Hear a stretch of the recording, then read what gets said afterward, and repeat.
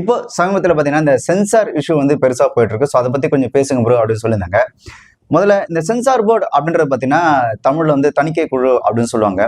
இந்த தணிக்கை குழுவோட முதல் வேலை என்ன அப்படின்னு பார்த்தீங்கன்னா இந்தியா முழுக்க ஒரு படைப்பாளி தன்னோட கருத்து சுதந்திரம் அப்படின்ற பேர்லையும் சினிமா சுதந்திரம் அப்படின்ற பேர்லையும் இந்திய இறையாண்மைக்கும் அவங்களோட ஒற்றுமைக்கும் சாதி மத ரீதியாகவோ ஏதோ ஒரு வகையில அவங்க வந்து புண்படுத்தும் விதமா எல்லை மீறி போற விஷயங்கள் அந்த மாதிரி ஏதாவது திரைப்படத்துல இருந்தது அப்படின்னா அதை வந்து ஒரு கட்டுப்பாட்டுக்குள்ள கொண்டு வந்து அதே நேரத்துல சினிமாவை எந்த வகையிலும் சிதைக்காம அவங்களோட அந்த சினிமா கருத்து சுதந்திரத்தை எந்த வகையிலும் பாதிப்படையாம மக்களுக்கு அந்த ஒரு படைப்பை மக்களுக்கு புரியும் வகையில் ஒரு படைப்பாளி என்ன சொல்லணும்னு நினைச்சாரோ அதை வந்து மக்களுக்கு புரியுற வகையில கொண்டு போய் கொடுக்கறது மட்டும் இல்லாம அதனால் இந்த மக்களோட இந்த ஒற்றுமையிலும் சரி இறையாண்மைக்கும் சரி எந்த விதமான ஒரு பாதிப்பும் வராம பாத்துக்கிறது அப்படின்றதா சென்சார் போர்டோட முதல் வேலை. இந்த சென்சார் போர்டு மக்களுக்கும் சினிமாவுக்கும் ஒரு பாலமா அமைஞ்சு மக்களும் அதனால பாதிப்படையக்கூடாது, சினிமாவும் எந்த ஒரு வகையிலும் பாதிப்படையாம ரெண்டு பேருக்கும் ஒரு சரிசமமான ஒரு நியாயத்தை வழங்குறது தான் சென்சார் போர்டோட வேலை. பட் இப்போ இல்ல பொதுவாகவே சென்சார் எப்படி இருக்கு அப்படின்னு பாத்தீங்கன்னா அதுக்குன்னு ஒரு கட்டுப்பாடு இல்லாம நியாயமே இல்லாம யார் ஆட்சியில இருக்காங்களோ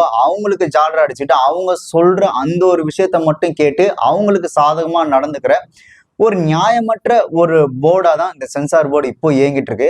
சென்சார் போர்டு மட்டும் இல்ல, இந்த நேஷனல் அவார்டுமே கூட இந்த அரசாங்கம் ரீதியா கொடுக்கக்கூடிய இந்த விருதுகளுமே அது நியாயமானதாவோ மக்களோட மனசுல என்ன இருக்கோ அதை பிரதிபலிக்கிற வரைக்கும் இருக்கிறதே கிடையாது. ஆளும் கட்சிக்கு எது ஆதரவா இருக்கோ ஆளுங்கட்சிக்கு யார் ஆதரவா செயல்படுறாங்களோ அவங்களுக்கு எது வாட்டமா இருக்கோ அதுக்கேற்ற மாதிரி தான் இந்த சென்சார் போர்டும் இந்த விருதுகளும் இப்போ நடைமுறையிலே இருக்கு. ரெண்டாவது பணம். இந்த சினிமா ஃபீல்டு அப்படின்றது பார்த்தீங்கன்னா கோடியில பொருளக்கூடிய ஒரு பிசினஸ் அப்படின்றதுனால நம்ம எவ்வளவு கேட்டாலும் அவங்க கொடுக்க தயாரா இருப்பாங்க. அப்படி நம்ம கேட்கிற அமௌண்ட் அவங்க தரல அப்படின்னா நாம சர்டிபிகேட் வழங்காம அவங்க வந்து இழுத்தடிச்சு அவங்கள ஒரு பிரச்சனைக்குள்ள சிக்க வைக்கலாம்.